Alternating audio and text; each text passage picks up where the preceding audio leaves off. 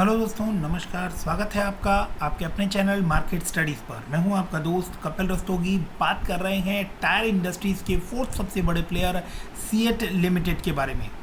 दोस्तों, ये एक ऐसा स्टॉक है या ये एक ऐसा सेक्टर है जिस सेक्टर की सबसे ज़्यादा पिटाई हुई है ड्यूरिंग लॉकडाउन। कुछ सेल्स के ऊपर प्रेशर आता हुआ दिखा और उससे ज़्यादा आपको इनके मार्जिन्स के ऊपर प्रेशर आता हुआ दिखाई दिया। जो रैली आपको 2017-18 तक इसके अंदर देखने को मिली थी वो कम्प्लीटली आपको वाइप आउट होती हुई दिखी 2020 तक। 2020 के बाद जो रैली आपको आती हुई दिखी थी वो ऑलमोस्ट अब आपको ख़त्म होती हुई दिखाई दे रही है। 2021 का पूरा साल आप कह सकते हैं कि इसके अंदर आपको गिरावट देखने को मिली है। तो सीएट लिमिटेड के शेयर के साथ किस तरह से आगे बढ़ा जाए, किस तरह के निवेशक जो हैं वो इसके अंदर इन्वेस्ट करें, क्या चांसेस बनती है, इन सब के बारे में आपको ये पता होना चाहिए।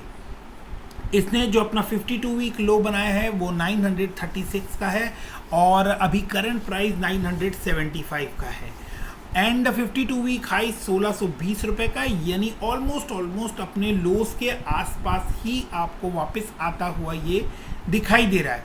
तो ऐसे में क्या आपको सीएट के अंदर आपको लॉस बुक कर लेना चाहिए या कोई आशा की उम्मीद की किरण अभी बाकी है और आपको वापस से इस स्टॉक के अंदर एक तेज़ी देखने को मिल सकती है। तो सभी चीज़ों को समझने से पहले मोटा मोटा हम लोग इसके फंडामेंटल्स जो हैं उसके ऊपर एक बार ओवरव्यू ले लेते हैं। तकरीबन 4000 करोड़ के मार्केट कैप के साथ ये काम कर रहे हैं। अपने 52 वीक लो के आसपास ये आपको काम करता हुआ दिखाई दे रहा है। हालांकि इस रेट के ऊपर आप कह सकते हैं कि इसका जो पी है, स्टॉक का पी, वो इस समय प्राइस टू अर्निंग रेशियो वो इस समय इंडस्ट्री पी के फेवरेबल नज़र आ रहा है या उसके आसपास ही आपको दिखाई दे रहा है। इंडस्ट्री पी इस समय 19 पर चलता हुआ आपको दिखाई दे रहा है। रिटर्न जो है इक्विटी पर रिटर्न कहें या कैपिटल एम्प्लॉयड पर रिटर्न कहें वो 15% के आसपास है। वो रिटर्न आपको अच्छी दिखाई दे रही है। अभी स्टॉक में किसी तरह का कोई स्प्लिट नहीं हुआ है। फेस वैल्यू 10 रुपीज़ के आसपास है। डिविडेंड भी ऑर्गेनाइजेशन पे कर रही है और 2% का डिविडेंड यील्ड भी यहाँ देखने को मिल रहा है। प्रमोटर के पास 47% का स्टेक है और उसमें से कुछ भी प्लेज नहीं है। डेट 2000 करोड़ से ऊपर का यानी 2100 करोड़ के डेट है। 4000 करोड़ की मार्केट कैप है। इसमें मोटा मोटा जो चीज़ समझने वाली है कि चार्ट पर आप देखेंगे तो एक साल के चार्ट पर आपको लगातार इसके अंदर गिरावट ही देखने को मिल रही है। 2021 के अंदर 50 डीएमए और 200 डीएमए के नीचे ही आपको काम करता हुआ दिखाई दे रहा है। यहाँ इसके अंदर बहुत सारी बातें डिस्कस करने की नहीं है, कुछ ज़रूरी बातें ही मैं आपको फोकस में डालता हूँ। एक कि आप इनकी सेल्स देखेंगे तो वो कंसिस्टेंट आपको बढ़ती हुई नज़र नहीं आ रही है। 2200 से 2300 गया, फिर 1900, देन 2400 और फिर आपको 2450 से वापस 2400 करोड़ की तरफ इसकी क्वार्टरली सेल्स जाती हुई दिखाई दे रही है। यानी सेल्स जो है वो फिगर अभी आपको कंसिस्टेंटली बढ़ती हुई नज़र नहीं आ रही है। उसके अंदर फ्लक्चुएशन काफ़ी आपको वॉलेटाइल वो काफ़ी नज़र आ रही है। यहाँ सिर्फ यही एक इशू नहीं है कि सेल्स वॉलेटाइल है, क्यों इसके साथ साथ जो बड़ी चीज़ इम्पैक्ट डाल रही है वो है कि ऑपरेटिंग मार्जिन्स 15% तक निकल कर आ रहे थे जो कि अब सिर्फ 9% और दिसंबर में सिर्फ 6% तक रह गए हैं, जिसका बड़ा कारण है इनकी इनपुट कॉस्ट। यानी जो एक्सपेंस ये कर रहे हैं, जो इनपुट कॉस्ट ये डाल रहे हैं मटेरियल का, उसकी जो कॉस्टिंग है वो बढ़ती हुई नज़र आ रही है। और उसका मेन रीज़न है कि जो टायर हैं वो टायर आपको क्रूड ऑयल से जुड़े हुए दिखाई देते हैं। क्रूड का जो एक मटेरियल होता है वही मटेरियल टायर के अंदर टायर मैन्युफैक्चरिंग इंडस्ट्री में आपको यूज़ होता हुआ दिखाई देता है। तो उसकी कॉस्टिंग वहाँ पर इंक्रीज होना इनकी इनपुट कॉस्ट को इंक्रीज करता है, जिसकी वजह से आपको इनके ऑपरेटिंग मार्जिन्स जो हैं उसके ऊपर डायरेक्ट इम्पैक्ट आता हुआ दिखाई दे रहा है कि 15% से 6% पर वो मार्जिन्स आ गए हैं, जिसकी वजह से आपको इतना तेज इसके अंदर गिरावट और क्रैश देखने के लिए मिल रहा है।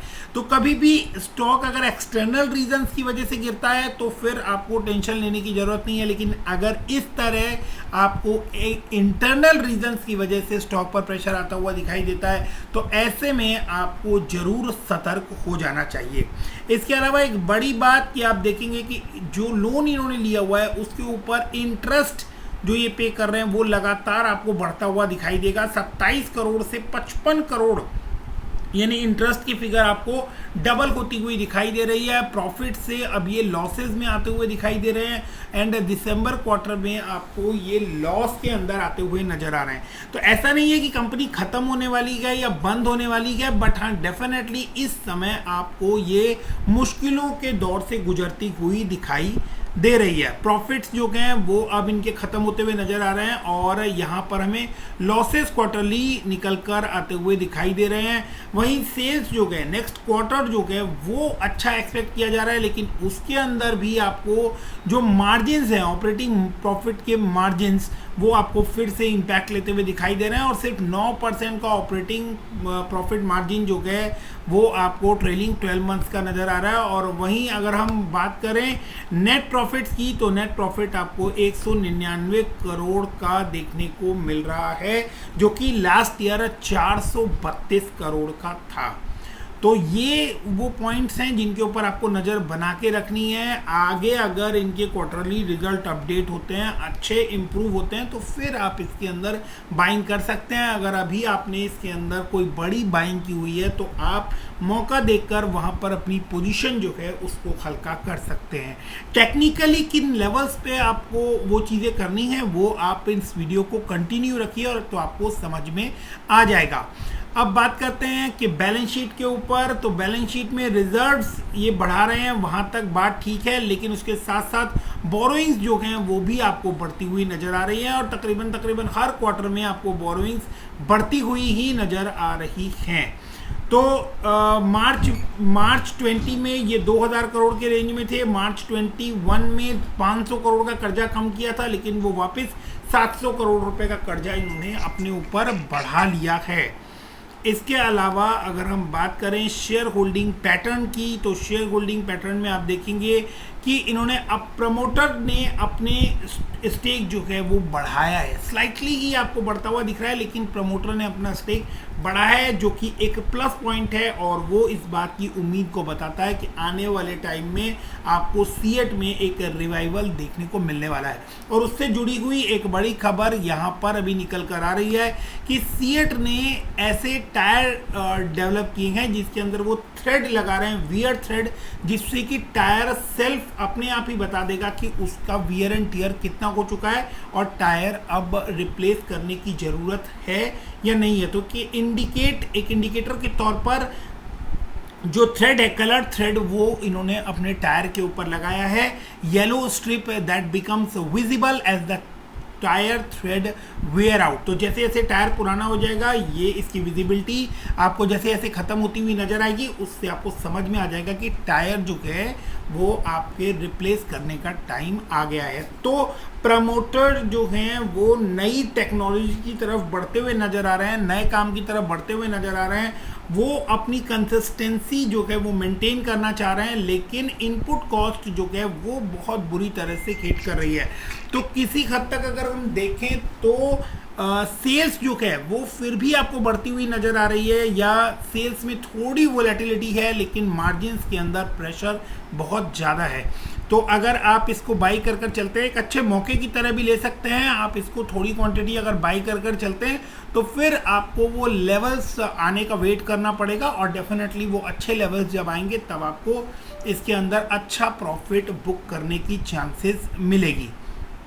अब टेक्निकली अगर हम इस चीज़ को समझें उससे पहले हम शेयर होल्डिंग पैटर्न कंप्लीट कर लेते हैं।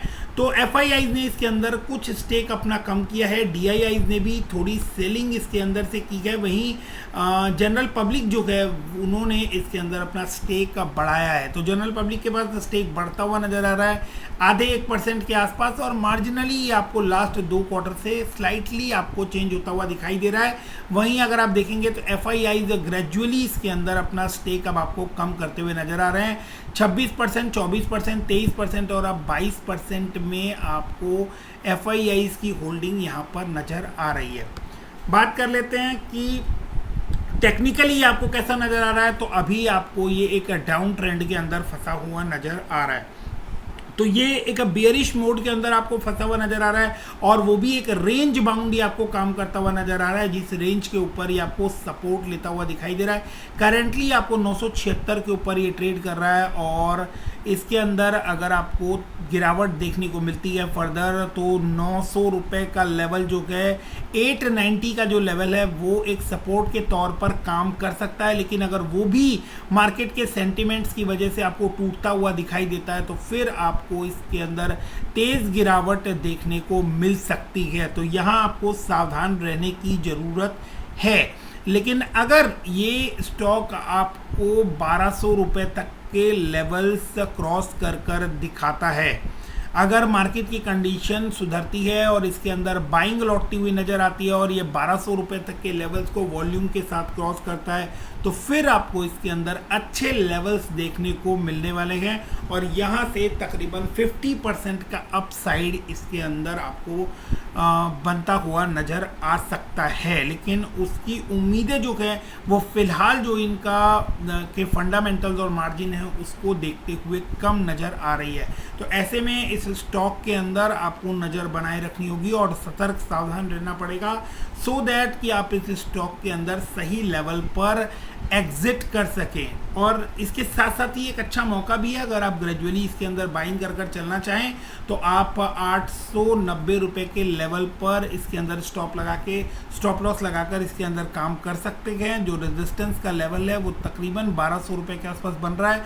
तो अगर आप इसे 900 रुपये के आसपास लेते हैं तो 1200 रुपये तक के अपसाइड आपको इस रेंज के अकॉर्डिंग मिलने की चांसेस बनती हुई नज़र आ रही है।